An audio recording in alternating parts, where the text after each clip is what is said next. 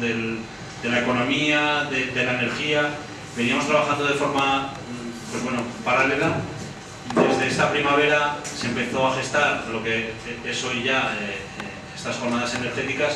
Bueno, pues qué mejor manera de aunar esfuerzos y de sentarnos todos y compartir un momento, pues no sé, de información y de pensamiento, pues pensamiento crítico, ¿no? Tengo hoy para hablarnos sobre la técnica del fracking y sus peligros a Óscar Pueyo Anchuela. Él es doctor en geología por la Universidad de Zaragoza, adscrito al grupo de investigación Geotransfer y además profesor de ciencias ambientales en la UNED de Calatayud. En el centro de la mesa está Javier Ramajo Cordero, que él es también doctor en geología por la Universidad de Zaragoza, colaborador habitual de la Universidad de Zaragoza y coautor de la síntesis de la cartografía geológica de la cuenca del Ebro.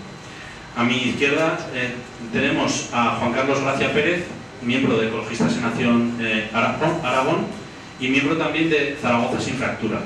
Zaragoza Sin Fractura es la plataforma ciudadana que está, pues, movilizándose en contra del proyecto Aquiles en la zona de Aragón. No me enrollo más, os dejo con ellos y bueno, pues habrá un periodo, un tiempo de exposición y luego podremos intervenir alguno de nosotros para hacerles alguna pregunta. Venga, gracias.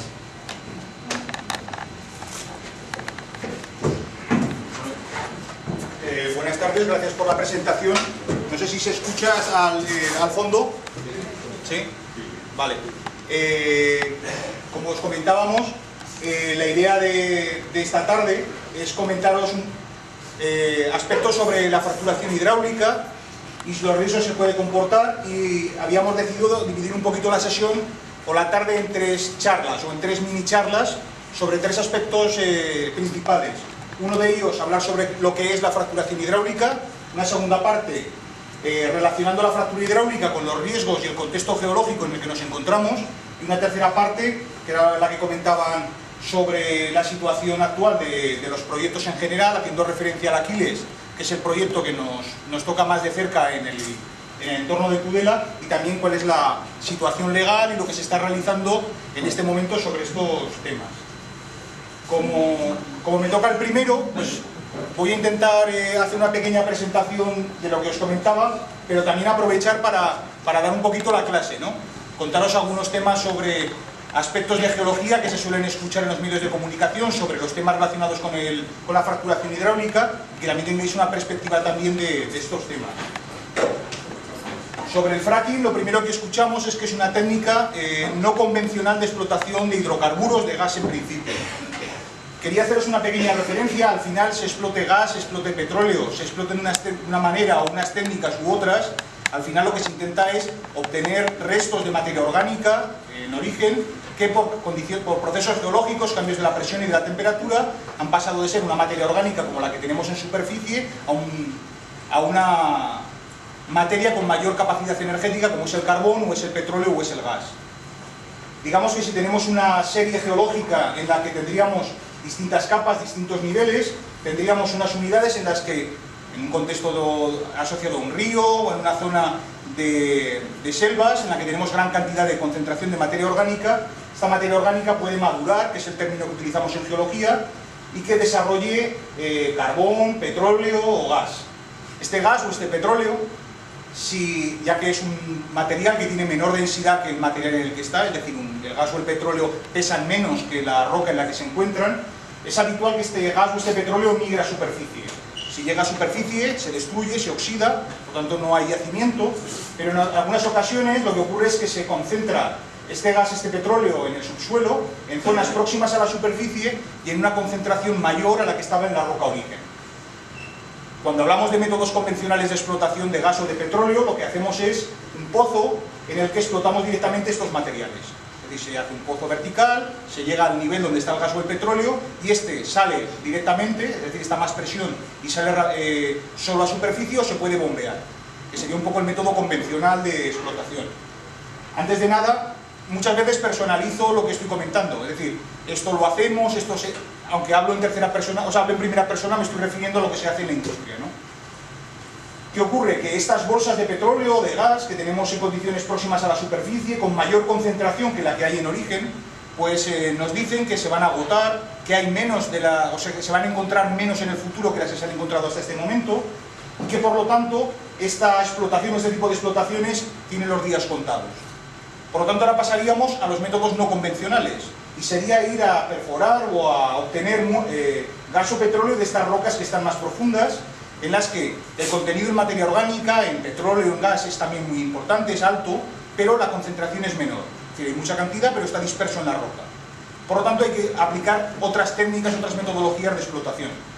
En este caso hablaríamos de explotación de gas convencional o de petróleo, con el pozo típico estadounidense que vemos en las películas de Texas, en la que tenemos unas grandes bombas explotando, o sacando gas o petróleo, y el fracking o la fracturación hidráulica sería un método no convencional en el que se iría a explotar la roca o el sedimento o el material que está más profundo y en el que el gas y el petróleo está disperso dentro de la roca, ya no está tan concentrado. Las técnicas de explotación, pues por comparar un poquito, tendríamos los pozos tradicionales, pues un pozo vertical en el que se extrae directamente el gas y el petróleo, y luego, como hemos dicho, que la roca en profundidad tiene alto contenido en materia orgánica, en gas y en petróleo, pero que está disperso en la roca, es necesario fracturar la roca para que este gas y petróleo que está en los poros de la roca se intercomunique y se pueda extraer. Y en esto se basa la fracturación hidráulica. El término fracturación hidráulica es eso, el término fracking es fracturación hidráulica. Es decir, es la forma en la que se fractura, se rompe la roca para permitir la interconexión de los poros de la roca y poder sacar el gas o el petróleo. Hay distintas técnicas y una de las razones por las que esto lleva mayor desarrollo en la actualidad es la posibilidad de realizar pozos horizontales en los que se realice la fracturación hidráulica. Entonces era un poquito una introducción para hablar de métodos convencionales, no convencionales, que creo que es un término que se suele emplear y que nos quedará un poquito claro a qué nos referíamos con la fracturación hidráulica. Ahora entraría en el tema de la fracturación hidráulica y os voy a contar un poquito a nivel película en qué consiste. Lo que se realiza es un pozo vertical de 2, 3, 4 kilómetros de profundidad, luego se realiza un pozo horizontal, es decir, uno de los desarrollos técnicos actuales es la posibilidad de girar las baterías de perforación para poder comunicar el motor que está en la parte superior para hacer un pozo horizontal. En este pozo se inyecta agua, gran cantidad de agua a presión, y lo que se hace es fracturar la roca, que serían estas fracturitas que aparecen en el gráfico. Este agua que se inyecta tiene compuestos químicos, tiene arena también, o sea, tienen productos que permiten la interconexión de los poros, que las fracturas que se abran no se cierren y poder explotar este gas y petróleo. Después de todo este agua que se ha inyectado se vuelve a bombear y se saca fuera, por eso es habitual que haya estas piscinas, estas balsas en el entorno, y se extrae el gas directamente a superficie. Sería un poco la explicación de a qué nos referimos por fracturación hidráulica o por la técnica del fracking. ¿Qué aspectos tendríamos que evaluar sobre la fracturación hidráulica? Pues como comentaba al principio, vamos a hacer un pequeño análisis de riesgos potenciales, aspectos que, como han pasado en otros contextos en los que se han realizado este tipo de pozos, hablamos de Estados Unidos, hablamos de Inglaterra, hablamos de otros contextos en los que se producen explotación por estas técnicas, han aparecido problemas y que al menos nosotros deberíamos conocerlos y evaluarlos si son de aplicación en el contexto en el que estamos o no. Por esto lo que comentaba, que Javier luego contextualizará un poquito estos riesgos al entorno geológico en el que nos encontramos. De los distintos riesgos o problemas que pueden aparecer, voy a entrar en detalle en algunos más geológicos a lo largo de esta lista. Vuelvo a repetir que son aspectos de riesgos potenciales y luego cuantificaremos un poquito a qué nos referimos con este tipo de explotaciones. Lo primero de los problemas que quería analizar son la ocupación del territorio. Tenemos una fotografía de lo que sería un punto de explotación por fracturación hidráulica, pues con los pozos, los depósitos, las balsas en superficie, y vosotros mirándolo podríais pensar, bueno, pues el impacto en superficie tampoco es muy alto. Es una instalación industrial que luego, cuando deje de explotarse, eso se puede retirar. Es decir, el impacto a la superficie, al territorio, podría ser evaluada como no muy importante o no muy significativa. El problema es que la forma de explotación no es de un único pozo. Hemos dicho, hacemos un pozo vertical, luego uno horizontal, y entonces la zona en la que fracturamos el sustrato, la zona inferior de las rocas, tiene una longitud de 2-3 kilómetros respecto al punto del pozo. Por lo tanto, tenemos que hacer pozos cada 2-3 kilómetros en profundidad para poder intercomunicar o fracturar el subsuelo. Por lo tanto, lo habitual en Estados Unidos son mallas de puntos como estas, en las que cada uno de estos puntitos son una torre de explotación. Por lo tanto, cuando hablábamos del impacto al territorio, no solo impacto visual, sino afección al territorio, pues ya estamos cambiando de órdenes de magnitud, ya que estamos viendo que el desarrollo es mucho mayor. Hago referencia a esta imagen, sobre todo porque esto es un ambiente urbano, son viviendas toda esta zona de aquí. Es decir, que en algunos casos se están haciendo estas explotaciones en las proximidades de zonas de viviendas o en localidades. Aún así, he dicho, el impacto en superficie puede no ser muy importante, pero quería hacer referencia a que además de este impacto, cada uno de estos pozos, o de estas plataformas blancas que vemos en los gráficos, lo que se hace es un pozo vertical, pero muchos pozos horizontales alrededor. Por lo tanto, lo que tenemos es que por cada una de las plataformas en superficie, en profundidad tenemos unos volúmenes de material afectado importantes. Esto quizás, como no se ve, no es muy importante, pero sí es importante cuando tengamos que analizar los riesgos que hay en estos sectores, ya que las condiciones originales que podemos analizar de problemas pues de contaminación de acuíferos, de la situación geológica de una determinada zona, cambian mucho cuando se realiza la explotación o la fracturación hidráulica. Por haceros un símil, si lo que hiciéramos fuera comparar el volumen de roca afectado en el subsuelo en profundidad a partir de un pozo por fracturación hidráulica, si comparamos con lo que sería un método convencional de fracturación o de explotación, estaríamos hablando de que por cada uno de los pozos en superficie necesitaríamos 16 pozos para afectar o para tratar el mismo volumen de rocas en el subsuelo. Conclusión, el impacto visual, el impacto superficial es significativo, en profundidad es mucho mayor que lo que vemos en superficie. El otro aspecto que habría que analizar es el uso de los recursos hídricos, el uso del agua que se necesita para estas explotaciones. Hemos dicho que se inyecta agua a gran presión con productos químicos en el subsuelo y este volumen de agua habría que cuantificarlo o evaluar a qué nos estamos refiriendo. Se estima que para la explotación de un pozo vertical y un horizontal se gastan o se consumen entre 9.000 y 29.000 metros cúbicos de agua. Es una cantidad de agua importante a la hora de evaluarlo, pero también hay que tener en cuenta que por cada uno de estos pozos y por cada uno de los pozos horizontales tenemos esa cantidad. Y además, cada uno de los pozos horizontales también se trata con esta técnica varias veces con posterioridad a la creación. Es decir, que estamos hablando de volúmenes por un pozo y un único proceso de explotación de entre 9.000 y 29.000 metros cúbicos, pero estamos hablando de decenas de miles y centenares de miles de millones de metros cúbicos de agua cuando nos metemos en la rentabilidad de un campo de explotación.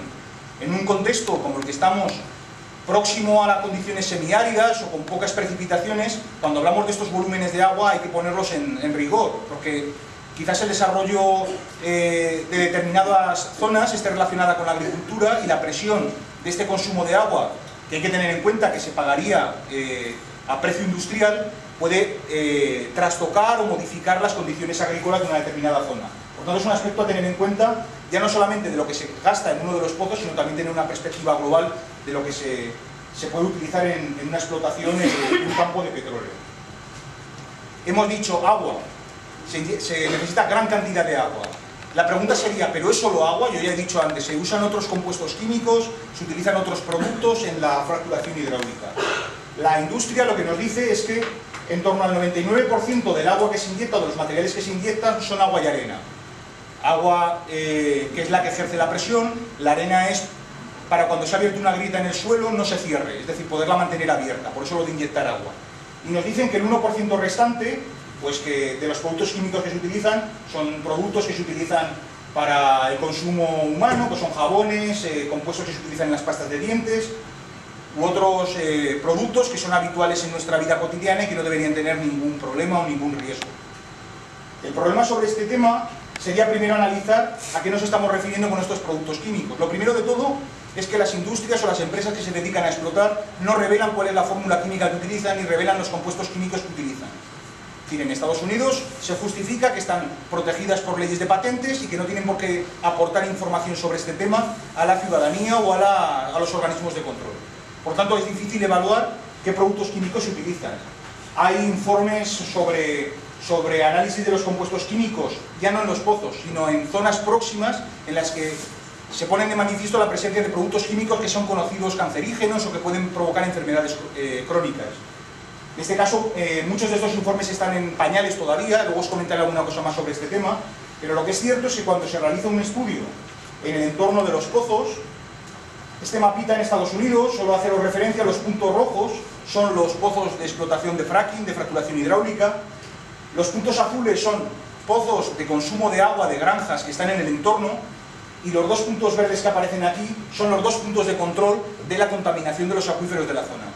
En este caso es fácil entender que a veces no hay suficiente volumen de datos para analizar estos problemas. Aún así, en este caso lo que se ve es que los pozos de consumo de agua de boca que hay en el entorno de los pozos de explotación tienen unas composiciones químicas que no son las esperables de forma natural en ese contexto. Pues con pHs muy altos, con cambios del contenido en potasio, en cloro, en otros compuestos químicos que no deberían estar, haciendo que estas aguas dejen de ser potables o que puedan ser utilizadas para el consumo, o incrementos de compuestos químicos orgánicos sintéticos derivados del petróleo que se está explotando, del gas que se está explotando, que no son esperables en medio natural. Solamente por haceros una pequeña referencia, este gráfico es de otro trabajo, que podemos discutirlo luego si queréis. Los límites rojos y verdes son los límites que marca la legislación estadounidense sobre la concentración de determinados compuestos químicos en las aguas. Lo que se ve es que el verde sería el límite a partir del cual empieza a haber problemas, el rojo sería el que desarrolla problemas directos, de causa-efecto. Lo que vemos es que estas líneas morada y naranja son las concentraciones de los pozos de los mismos compuestos químicos. Y se están superando los umbrales que marca la propia legislación estadounidense. Reitero, hay muy poquita información sobre estos temas y en muchos casos el problema no está asociado solo a la contaminación del agua en el subsuelo, sino que también tiene relación con la contaminación atmosférica, lo cual requiere de un volumen de datos, un tiempo suficiente para analizar la aparición de problemas médicos en el entorno de las zonas de explotación, y hay numerosos trabajos que se están publicando en estos años, y hablo de 2012 a 2014, cuando empieza a haber un volumen estadístico suficiente de datos, hablar de 15-20 años en perspectiva, en el que empiezan a aparecer estos problemas aparecidos. Yo creo que Juan Carlos luego os comentará algún aspecto sobre este tema. Quizás el aspecto más llamativo, más visual sobre estos temas, es cuando resulta que en los grifos de pozos de agua en los entornos de las zonas de explotación, el gas termina contaminando los freáticos y entonces los grifos de agua son combustibles. Es decir, hay gas mezclado con el agua y aparecen pues, llamaradas al acercar el mechero al grifo. Es una imagen que quizás es anecdótica. No estoy diciendo que sea la norma general, de por sí es una imagen del documental Gasland, que no sé si conoceréis, está accesible en la web y si no podemos daros enlaces luego, en el que no solamente en este caso, sino que hay numerosos casos en la zona en la que la pérdida de gas de los pozos de explotación han terminado contaminando los acuíferos. Esto vuelvo a repetir, igual es la anécdota. El problema es que si hacemos un estudio serio de la composición química y de los problemas en estos contextos, los datos ya más técnicos, ya no tan visuales como en el documental, empiezan a mostrar cosas significativas. Si analizamos la concentración de metano en las aguas, lo que vemos en triángulos son que en los casos o en las zonas en las que no hay explotación por fracturación hidráulica, las concentraciones son bajas. Mientras que en las zonas en las que se está explotando, que son los círculos, vemos que la concentración de gas en el agua es mucho mayor. Además, si comparamos la distancia entre los puntos de estudio y el pozo de explotación, que estaría en el cero, vemos que en las proximidades de los pozos de explotación hay concentraciones muy importantes de metano en las aguas. En este caso, por encima del rango, que sería este gris que hay aquí, de salubridad de las aguas en Estados Unidos. Es decir, que hay una relación causa-efecto. Es menos visual, a lo mejor, que acercar un mechero o una cerilla al grifo de casa y que prenda, pero esto lo que hace es revelar o representar la presencia de estos problemas de contaminación de los acuíferos en el entorno de los pozos de explotación. Además de esto, comentaba al principio que uno de los problemas puede estar relacionado con qué hacemos con este volumen de agua. Hemos dicho, antes de obtener el gas, lo que hay que hacer es sacar todo el agua del pozo, del subsuelo. Lo normal es dejarlo en grandes balsas, a veces llevarlo en camiones a plantas de tratamiento químico. Y uno de los problemas que había que tener en cuenta, y era lo que comentaba antes sobre los freáticos, es que muchos de los productos químicos que están en estas aguas asociadas a la fracturación hidráulica tienen elementos químicos que son volátiles, es decir, que pasan a la atmósfera y que producen problemas médicos en el entorno, que era lo que os comentaba de que empieza a haber ahora datos en este momento. Una solución que se aporta a este problema, de no dejar las balsas abiertas, es que cuando terminemos o cuando se termine de explotar el pozo, coger todo este volumen de agua y volverlo a llevar al subsuelo.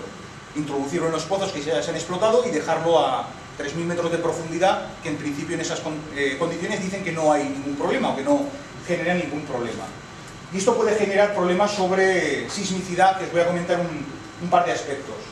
Sobre la sismicidad solamente comentaros que la fracturación hidráulica crea microterremotos, es decir, lo que hacemos es fracturar la roca y entonces al fracturarse la roca creamos vibración del terreno y se generan pequeños terremotos en el subsuelo. Digamos que esto sería el pozo de explotación y tenemos estos puntitos que son los puntos en los que se ha movido la roca. Y tenemos pues gran cantidad de terremotos, reitero, de muy pequeña intensidad, imperceptibles en superficie, pero digamos que esto ocurriría en el caso en el que se den las condiciones más teóricas o más perfectas a la hora de analizar estos problemas. Lo que es cierto es que en las zonas en las que ya tenemos problemas, con las que hay ya sismicidad natural, podemos generar terremotos y podréis decir, pero estos puntos rojos que son los hipocentros, los puntos en los que se ha generado la ruptura que ha generado un terremoto, podréis decir, pero no están exactos dónde está el sondeo que se está explotando. Claro, el terreno, en geología sabemos que las cosas se rompen por donde ya están rotas. Si tenemos fallas, si tenemos rupturas en el subsuelo, por debajo del suelo, al cambiar la presión, al meter presión en estos sondeos, vamos a mover lo que está cerca del sondeo que ya estaba roto. Es decir, vamos a tener movimiento de antiguas fallas o otros aspectos a evaluar en este contexto. Por lo tanto, puede haber una variación de las condiciones geológicas de la zona. Estamos hablando hasta 3 kilómetros respecto al punto de inyección o el punto del sondeo.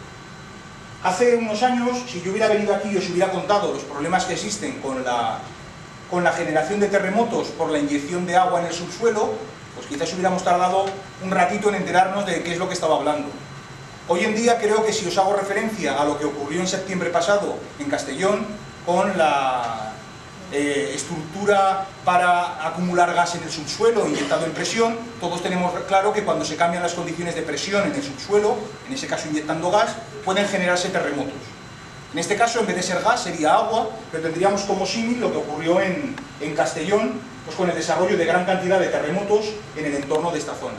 Os comento este caso, aunque en Navarra vosotros conocéis la crisis sísmica del año 2003 y 2004, asociados a los rellenados y vaciados de Itoiz, por ejemplo, o la generación de terremotos profundos en la cuenca de Pamplona, que relacionan con las inyecciones de agua asociadas a las antiguas explotaciones de potasas en la zona del Perdón. Es decir, que vosotros desde Navarra tenéis perspectiva de que en un contexto en el que hay sismicidad natural, se pueden cambiar la frecuencia, la intensidad de los terremotos si modificamos las condiciones de presión y temperatura en el subsuelo. Por eso, si hacemos referencia al mapa de España, es un mapa realizado por el Instituto Geográfico Nacional que pretende ser la futura normativa sismo resistente española. Todos los edificios que se construyan dentro de las zonas que no son amarillo clarito, como el que está Zaragoza aquí, tienen que cumplir una serie de normativas de construcción específicas por si hubiese terremotos.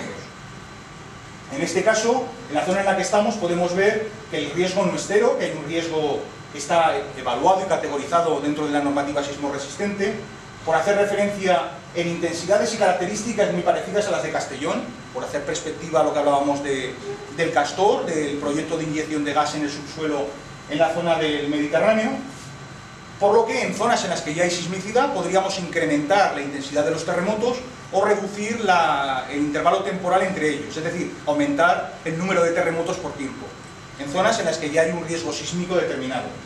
Cuando hablamos de estos temas en la zona de Zaragoza, que no es porque el mapa esté hecho en Zaragoza y no hay riesgo, sino que hay zonas, como la zona de la meseta central y la zona de Zaragoza, que tienen menor riesgo. Sin embargo, ya estamos en un ambiente de progresión hacia el Pirineo y conocemos la periodicidad de terremotos en el entorno de la zona axial, en el contacto con Francia o en la zona norte de la península ibérica.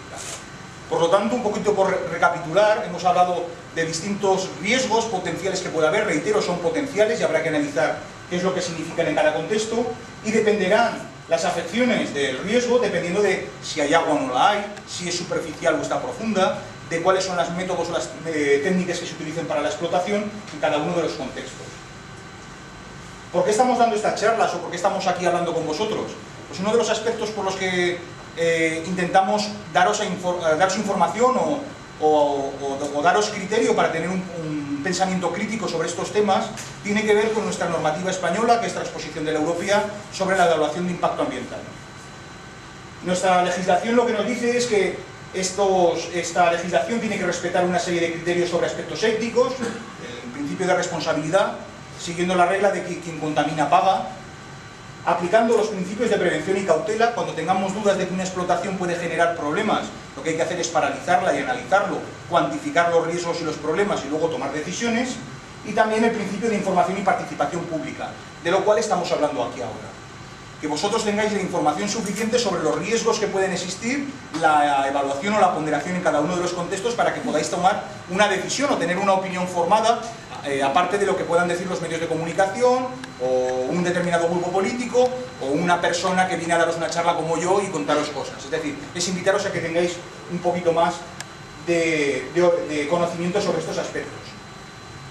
Esta normativa que comentaba sobre la evaluación de impacto ambiental o la de evaluación ambiental, lo que hace es jugar con una especie de báscula, poner los aspectos positivos en un lado, los aspectos negativos en el otro y luego determinar si a nivel general es beneficioso o no. Hay que evaluar no solamente los riesgos que puede haber asociados, sino también cuáles son los beneficios que pueden haber asociados a una infraestructura, por ejemplo.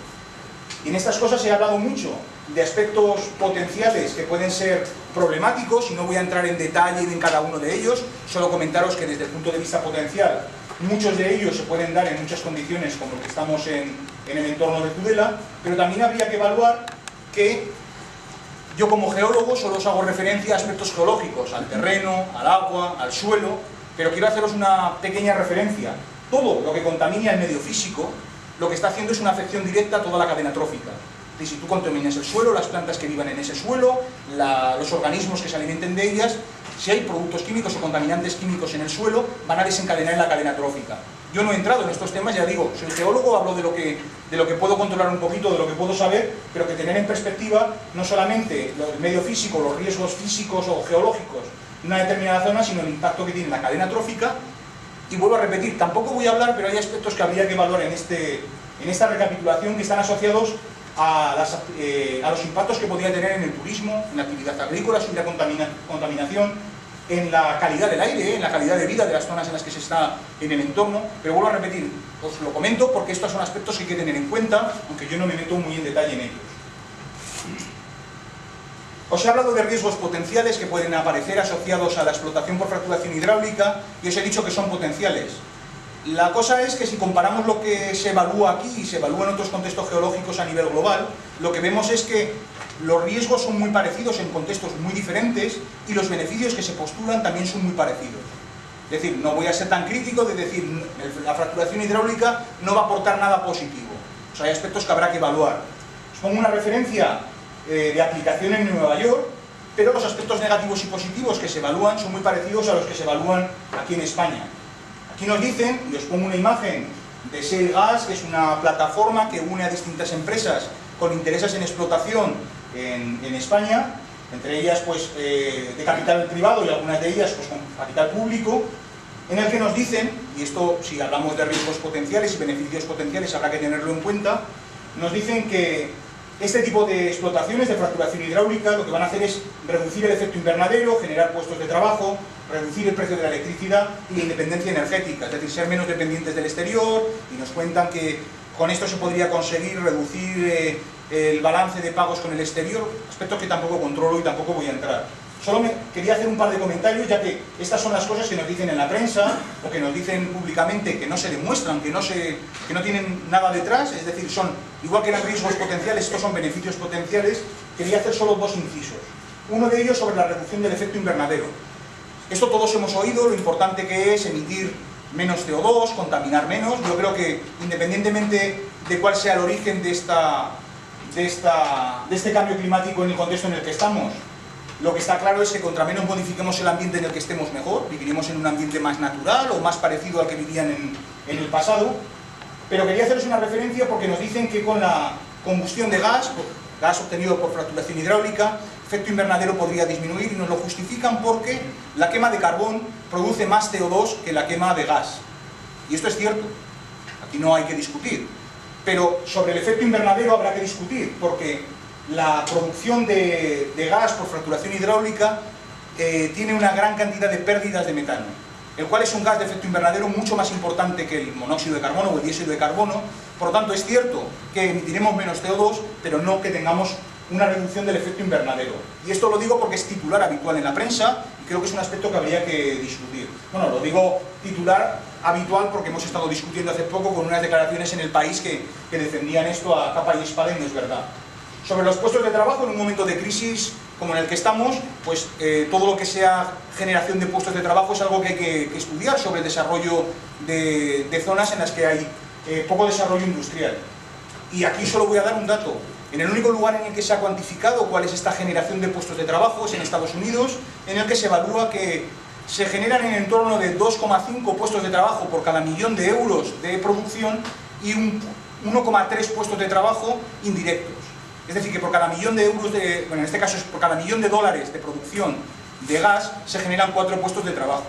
Este dato hay que tenerlo en la mesa para evaluar si no hay otras actividades que puedan generar más puestos de trabajo con esos volúmenes de economía. Y sobre la reducción del precio de la electricidad, pues yo no sé si llegará a mi factura o no, y esto creo que Juan Carlos os puede comentar más sobre estos temas, y sobre la independencia energética o la menor dependencia, pues habrá que analizarlo. Lo que está claro es que los pozos en explotación en Estados Unidos, sí, estoy terminando ya, es la última diapositiva, los precios ya no sé qué estaba diciendo. Los precios de la electricidad. Los precios de la electricidad y del gas. En Estados Unidos. Que los pozos que se explotan en Estados Unidos, lo que se ve es que a partir de los 10-12 años la rentabilidad de los pozos de explotación disminuye drásticamente. Es decir, que si lo que tenemos que hacer es preparar el país o preparar nuestro desarrollo industrial para nuestros hijos, pues la fracturación hidráulica es a cortoplacista. Estamos hablando del futuro de cada pozo de 10-15 años, una rentabilidad a lo mejor global para dentro de 20 o 30 años. Si queremos apostar por una independencia energética, una menor dependencia del exterior o un desarrollo más sostenible, a lo mejor hay otras técnicas, otras metodologías, otras formas de explotación que pueden ser a largo plazo más rentables para nosotros. No digo largo, pero quizás también a corto plazo, ¿no? Y he dicho que era la última, y era la última de verdad. Entonces os dejo ahora con Javier. Yo os he hablado, lo que os comentaba, un poco de riesgos potenciales. Sí, se puede salir. Y la idea de Javier era un poco contextualizaros estos riesgos en la zona en la que estamos, haciendo especial referencia a la zona del proyecto Aquiles, a la zona de la Ribera de Navarra, que comparte con la zona de la provincia de Zaragoza, de la Ribera Alta del Ebro, Cinco Villas y la comarca de Borja, el proyecto Aquiles, pero también daros un poco de información sobre el contexto general de esta zona. Bueno,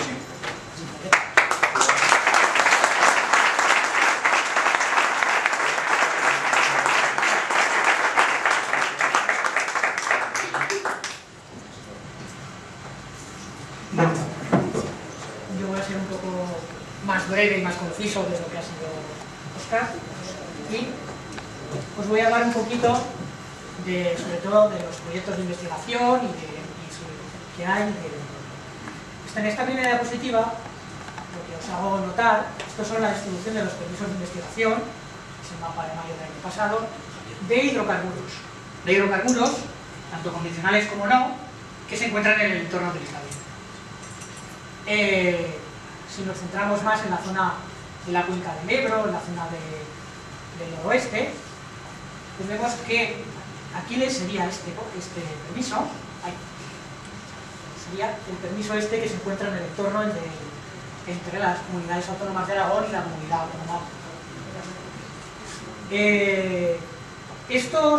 Solo un inciso. Este mapa, que es del año 2013, hace exactamente 4 años, más del 50% de lo que aparece aquí ya no estaría.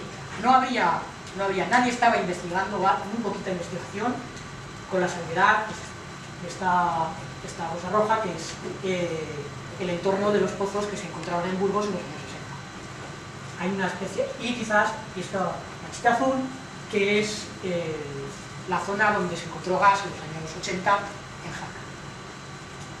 Y el entorno de Bermeo, donde hubo también en los años 70-80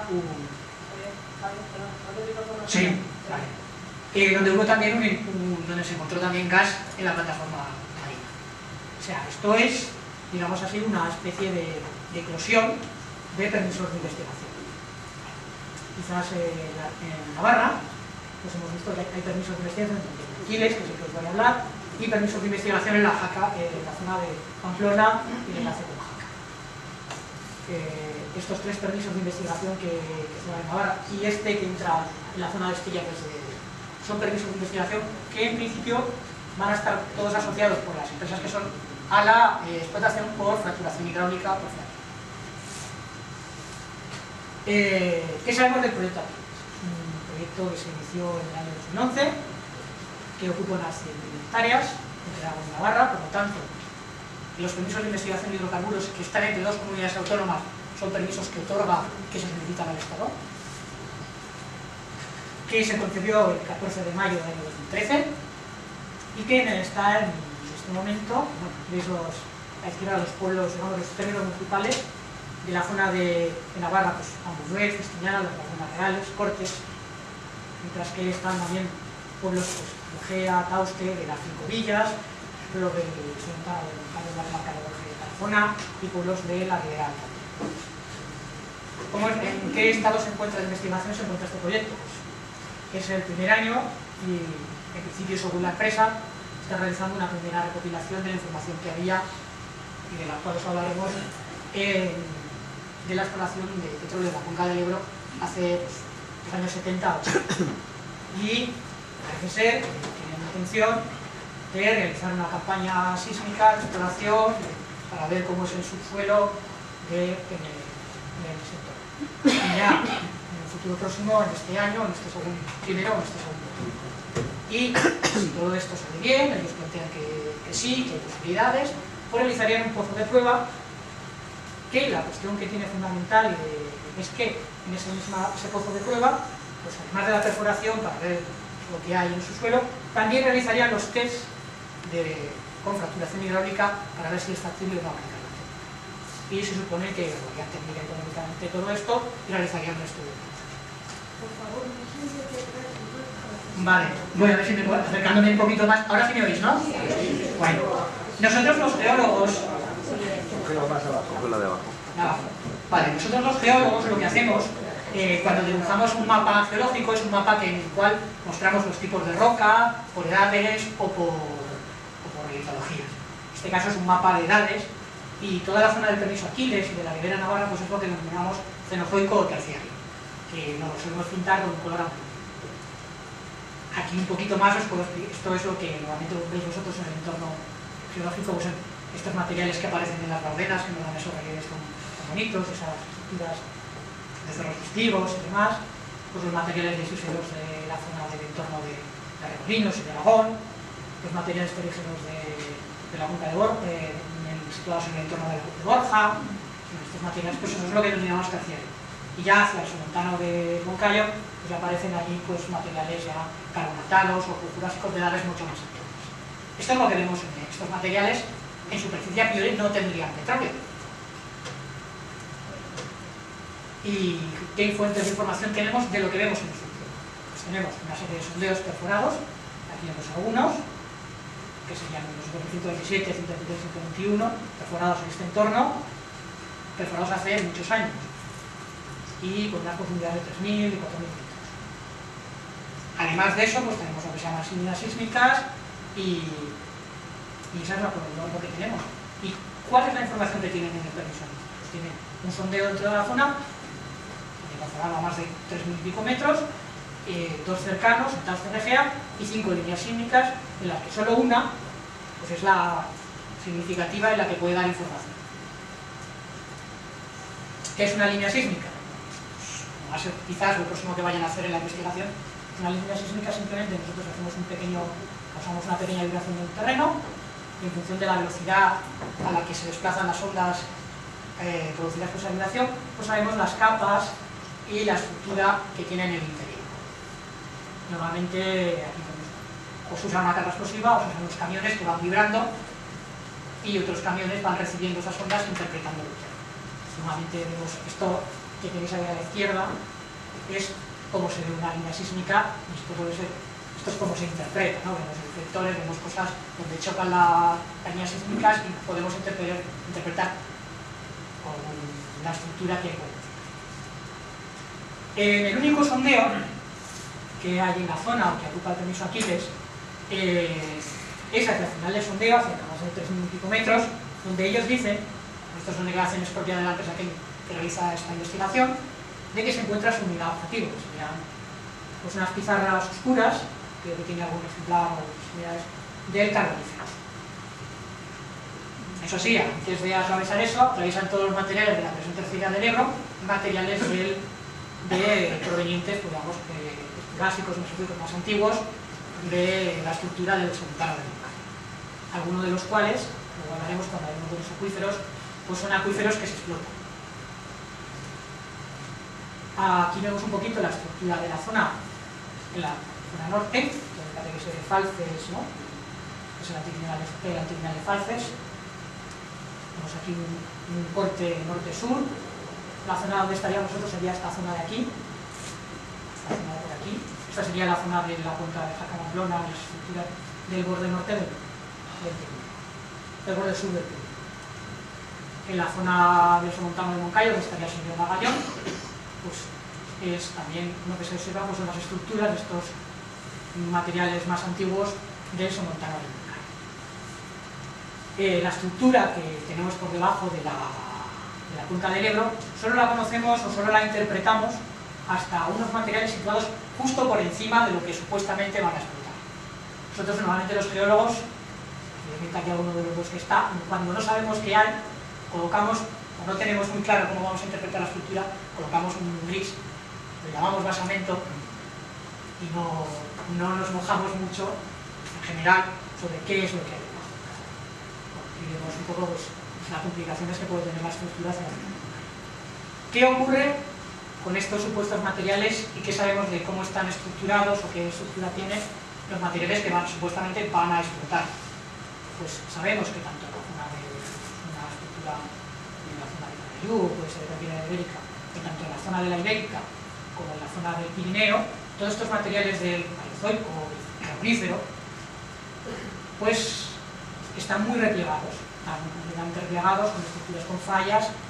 Por lo tanto, hay que suponer que los materiales que van a explotar pues estén igualmente bastante replegados y estructurados con fallas. No sabemos cómo son, porque la sísmica que en su momento no llegaba, no teníamos capacidad de interpretar más allá de lo que se ha tocado en el sur de Magallón, cómo van a estar. Es una incógnita. Sin embargo, si tenemos, por ejemplo, conocimiento de, voy a hablaros ahora un poco de los acuíferos que hay en la zona y de cómo se comportan y de qué calidad de las aguas tienen. Aquiles se encuentra fundamentalmente, el permiso Aquiles, afectando, o puede afectar a los acuíferos superficiales ligados al Ebro y a sus afluentes, son estos, y a los de la zona sur, a los acuíferos, a este acuífero ligado a los materiales del somontano del Moncayo. Aquí lo que vemos es la cota a la que se encuentra el agua si hacemos un pozo a esa profundidad. Sin embargo, estos acuíferos sí que son explotados en esta zona. En cuanto a la calidad del agua, pues son acuíferos en azul. Son los pozos que tienen agua dulce, en verde los pozos que tienen agua un poquito más salobre. Y cuando se perforó el sondeo de Magallón, se encontró agua salobre de estos acuíferos justo antes de atravesar al final del casi el final. De tal modo que si vemos sobre el corte que colocamos los acuíferos, vemos que cualquier explotación que se haga sobre esta zona va a afectar al acuífero del Ebro, que es un acuífero pues, superficial y tal, y también al acuífero profundo del Jurásico, sobre el cual va a estar muy próximo a los materiales que van. Es verdad que este acuífero es salobre, pero la cuestión es que estas aguas, cuando se haga la fracturación hidráulica, van a incorporarse a lo que extraigan y van a pueden producir la contaminación de aguas subterráneas,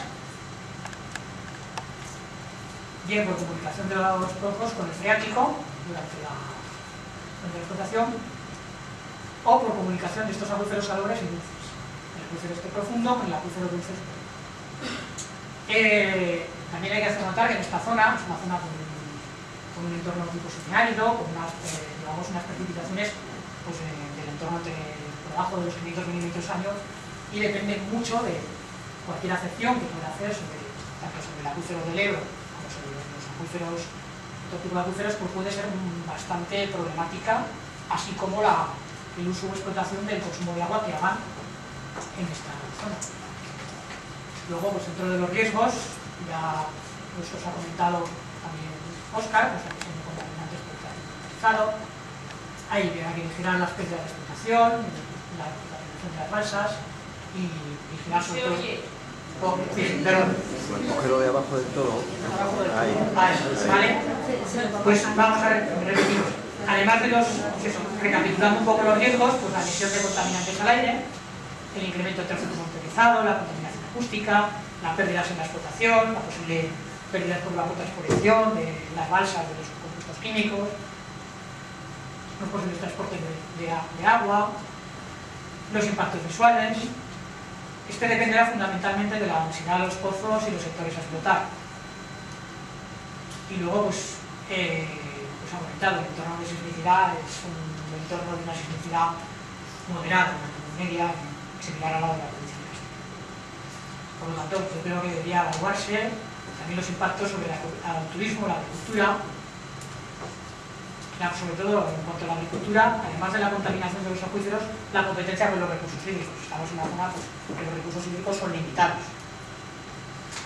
Bueno, pero no solo vamos a hablar un poquito de los riesgos y demás, sino vamos a analizar un poco si de verdad tienen la gente que está, digamos así, potenciando esta explotación o intentando realizar esta investigación, pues tiene una posibilidad o sabe o tiene, o esto es de verdad una certeza que tienen sobre si de verdad van a sacar o no van a sacar hidrocarburos. Pues recientemente, un informe que realizó una organización gubernamental de Estados Unidos, la Agencia de la Energía, en sus informes anual, donde evalúa todos los potenciales recursos de hidrocarburos no convencionales en el mundo. Cuando habla de los recursos en la cuenca del Ebro, indica que los acuíferos, los yacimientos que se están investigando en las secciones del Paleozoico, como en este caso, pues tienen un nivel de materia orgánica inicial con un contenido inferior al 1% y no lo considera como de interés de explotación, digamos, estratégico, que pueda ser de interés. En el caso de qué sabemos de estos materiales, o qué tenemos idea de que si han dado o no han dado petróleo en la cuenca en algún sitio, pues han dado un posible índice de gas en el campo abierto, aquí arriba al primero. Sin embargo, esto está ligado a los materiales similares a los que se extrae el carbón en la zona de Asturias. O sea que ahí sí que tienen un índice de que tienen materia orgánica y este gas está ligado a ese tipo de materiales. Si bien aquí en la cordillera ibérica no hay depósitos de carbón en el carbonífero, tenemos una reacción profunda. Esto es simplemente que aquí la temperatura a la que estos materiales, a la que se han estado sometidos estos materiales normalmente, es una temperatura que digamos que como mucho permite la generación de gas, pero está justo en el límite a partir del cual estos materiales no podían no tener gas. Y ya simplemente una curiosidad es que los otros materiales carboníferos que se sabe que se han explotado, que sí que tienen materiales que sí que han tenido gas y que se han extraído gas de él, pues están situados en el sudeste de la península boliviana. Y sin embargo aquí, en estos materiales, en este entorno de Córdoba al sur, nadie ha pedido permiso de hidrocarburos. Y estos materiales se han extraído, se han sacado, están en profundidad, también están en superficie. ¿Y por qué nadie ha pedido permiso de hidrocarburos? Justamente porque todos esos materiales que están ligados a capas de carbón, los derechos son del Estado. Aquí nadie saca ningún tipo de investigación. Aquí si hubiera alguien que investigara estos materiales que sabemos que ha habido en su momento se han extraído para sacar petróleo y hidrocarburos en los años 40 y 70, son materiales cuyas reservas son reservas estratégicas del Estado. Y nadie ha pedido una permiso de investigación. Estamos en una burbuja, una búsqueda de inversión pública, una especulación y no de cambio. Gracias.